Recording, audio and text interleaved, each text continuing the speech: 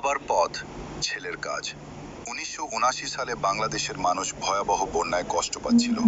তখন দেশের নেতা ছিলেন জিয়াউর রহমান। তিনি দেখলেন গ্রামের মানুষ পানিতে আটকা পড়ে আছে। তাই তিনি অনেক জায়গায় খাল কাটার উদ্যোগ নিলেন, যেন বন্যার পানি দ্রুত নদীতে চলে যায় এবং মানুষের কষ্ট কমে। বহু বছর পরে ২০২৬ সালে তার ছেলে তারিক রহমান বাবার সেই কাজের কথা মনে করলেন। তিনি ভাবলেন, মানুষের উপকারের কাজ থেমে থাকা উচিত নয়। তাই তিনিও নতুন করে খাল কাটার উদ্যোগ শুরু করলেন, যেন বন্যার পানি দ্রুত বের হয়ে যায় এবং গ্রামের মানুষ নিরাপদ থাকে।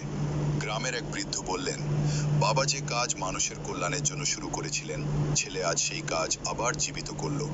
ভালো কাজ কখনো হারিয়ে যায় না, প্রজন্ম থেকে প্রজন্মে চলতে থাকে। শিক্ষা: মানুষের উপকারের কাজ করলে তার সুফল অনেক দিন ধরে থাকে, আর ভালো কাজের ধারাও চলতে থাকে।